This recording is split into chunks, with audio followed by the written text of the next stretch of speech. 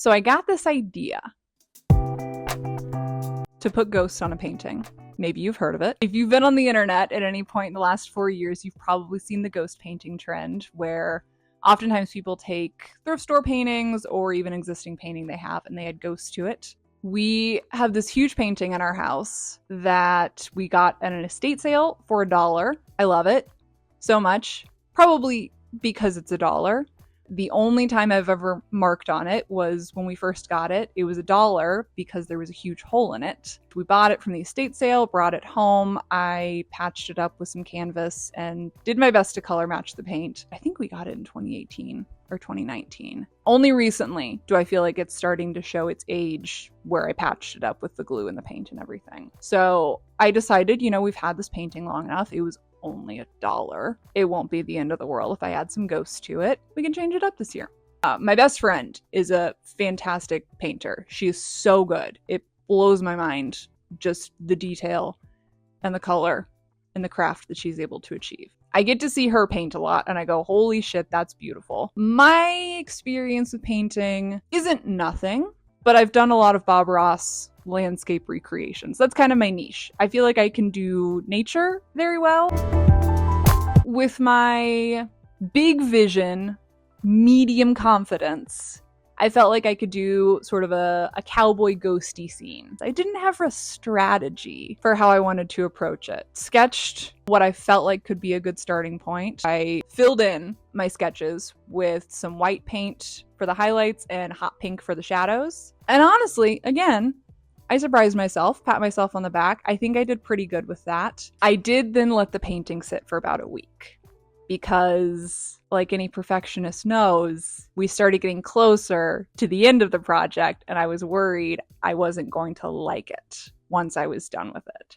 This is a pep talk for myself, but I hope this does resonate with someone. You don't need to be so hard on yourself. It will be beautiful. It will be very, very fun. What did eventually help me get out of my funk, my reluctance to continue, was I pulled reference images. And I do realize that's probably something that painters do earlier in the process. I needed to first get the thing out of my head and onto the painting, and then I came back and got reference images. I do recommend it if you feel like you're at a weird spot with your projects. Not even see what other people are doing in your subject matter or in your project, but pull textures, pull vibes, pull aesthetic. It's like writing a story. You're world building. Normally I go to Pinterest. I really do enjoy Pinterest for pulling reference images, but I found out about a site recently called Cosmos.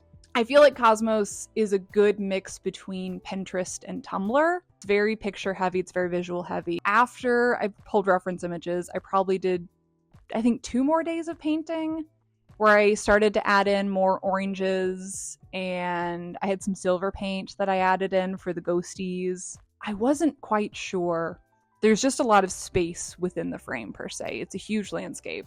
I started with a full moon and then realized that didn't really make sense for a sunset. So scrapped the full moon, turned it into clouds. Took a while to figure out how I wanted my clouds to look, but I'm very happy with them now.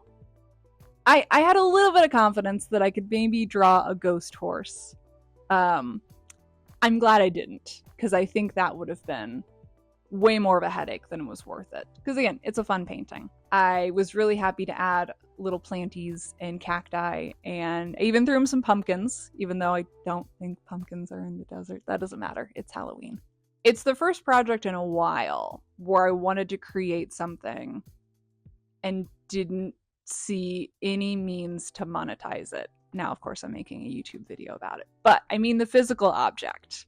I think every artist, or honestly every just individual, should have projects that are just for them, that are not for money, that, maybe it's furthering a skill that you love, and maybe, like me, you're just wanting to see what will happen if you start painting ghosts on a painting. So, I don't have a great little neat and tidy bow, but I filmed a lot of me painting. I need to finish, I want to paint the frame of it, because the frame right now is this like buttery yellow beige, and I think it would look very good green. A lot of our living room is green right now.